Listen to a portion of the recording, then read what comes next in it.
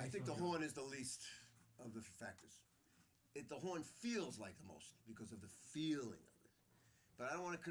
Do not confuse this with sound.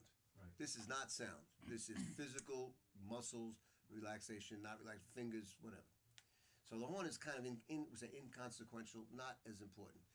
The reed mouthpiece, of course, there's something to be said for the difference between number 1 and number 2 and number 3, because the manufacturer makes it a certain way because of the demand, whatever. And yes, you should try mouthpieces to get something that is close to what you hear inside your head. But even that, I mean, look, when I was with Joe Allard, and he did this with everybody, as I found out, he would, because this is the Phil Wood story, it doesn't sound good. Oh, it doesn't sound good. He would say, give me the horn, man. He played the horn, he says, nothing wrong with this reed. There's nothing wrong with this mouthpiece. I don't know what you're talking about. I said, no, Joe, don't play on the high notes good. Oh yeah, don't play on the high notes good. Bam, thank you. It's that bird story. It's, okay. So mouthpiece reed, important but not crucial. It's you. And it's first. We didn't do breathing, but breathing's first. 3-part breathing. It's all in the book. You can get it. Full breath. You got to have the source of energy to get the result. You can't have a fire without the fucking match. You know what I mean? You got to light the fire. All right. Second thing is this. This is below the threshold of feeling. You cannot tell what it's doing, but you can learn to use it and exercise it so that it becomes your friend. You have got to make friends with this. This is the difference between you and a normal person. When you're a normal person, or when you order coffee, you don't need much. But if I'm playing and using my voice for what I do, if I'm a singer, if I'm a speaker, what about an actor? To be or not to be? That is the question. Now, if a guy has an audience like fucking 500 people without a microphone like we're playing tomorrow night when we do sketches in Spain, I got to reach 300 people. But I got to play soft. The fuck am I going to do that? With the goddamn tuba playing the bass lines that Gil wrote. Okay? That's my problem. Acoustical problem. I have to deal with that. So then I'm going to definitely be putting more air, more breath, more supply in than if I order a cappuccino in 10 minutes. Okay? So it is you that controls the body, and you got to get your body to train. And it is training, and it is going to the gym. That's what it is. It is going to the gym and practicing. It is exercising every day. If you do something every day, and you do it with some sense of discipline, with at least a commitment of a few hours, anything less than 2 hours is bullshit. If you've got at least 2 to 3 hours in, 5 to 6 days a week, and you do the same thing every day until that particular thing is mastered, or not mastered, but understood, and then you move to the next thing. If it's giant steps, it might take more than a week. But if it's a C major scale, maybe it only takes you 3 days. When you were a kid, you learned C scale. You didn't know what it was. But by the end of the week, you had it. And then F sharp, that was hard. And that took an extra 2 days, maybe. So it's exactly the same thing. You have to commit yourself to getting the body under control. And what I did in the book, and what I did with Joe, see, what Joe made me realize was that this is not a machine. It's an extension of your vocal cords. And that's philosophical, but that's really what it's about. It's about that the control comes from here, and this is after the fact. That's why you have everything from Johnny Hodges to John Coltrane playing the same notes in the end. It's still the same instrument. I played an Adolph saxophone in Switzerland. There's 700 and something, so that must have been the 700th number saxophone ever made, I guess.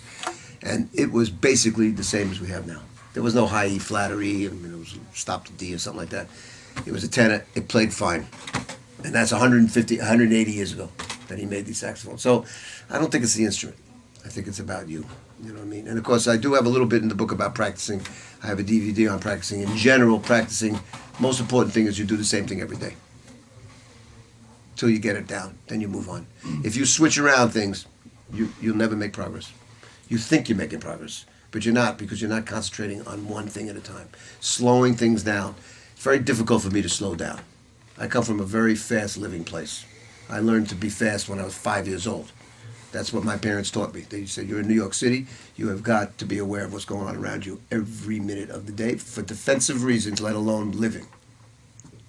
So for me to slow down and do overtones was a bitch, because I was ready to fly out the window all the time. But I can tell you one thing, if you can slow down 10%, you win the game. And meditate on it. That's why I talked about the painter sweeping the floor, because he knew that he needed that moment to get his mind together. That's very important. When you're trying to do something artistic, you have to be still. At some point, things have to slow down. At some point, you have to slow down. I mean, not the energy you need when you perform. That's not what I'm talking about. When you perform, the energy cycles up. But when you're practicing, it's about doing it. One thing about practicing that's very important, it's not good or bad. You don't feel anything. You just do it. There's no, oh boy, that was great. Oh boy, that was terrible. There's, oh boy, tomorrow. Well, let's go again.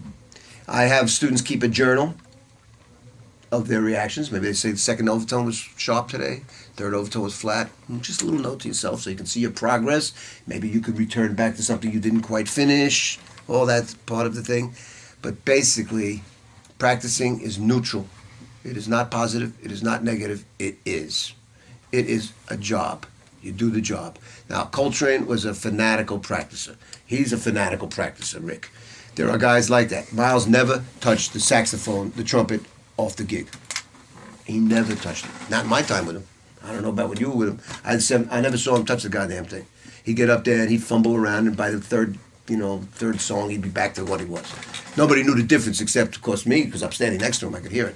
But it wasn't bad. It was great. Then it got better. You know what I mean? Everybody has their own thing. You can't be what you're not. I couldn't be Coltrane. I can't commit myself to 12 hours of practicing. Bird, at one point, he told, there's a great interview with Paul Desmond, 1954, before Desmond was known. And he says to him, he says, Charlie, he says, you obviously practiced a lot at some point. Dude, can you tell me anything about that? He said, well, Paul, his voice was so, he wanted to be distinguished. It was like, oh, Paul, there was a time when I was doing 12 to 15 hours a day. Well, when I was a young man. Okay, thank you. Got that. That has to happen at some point in your life. I don't know about 12 hours, but you definitely got to do something. What I'm talking about is maintenance of the sound. This is in 1 to 2 hours every day. Before you even talk about C7s and F sharp minor. That's another story. That's a different lesson. That's in the books. Everybody can tell you about that. This is about you connecting up with your horn. And that leaves you for a good 30 to 40 minutes to be down on it. Rest, take care of business.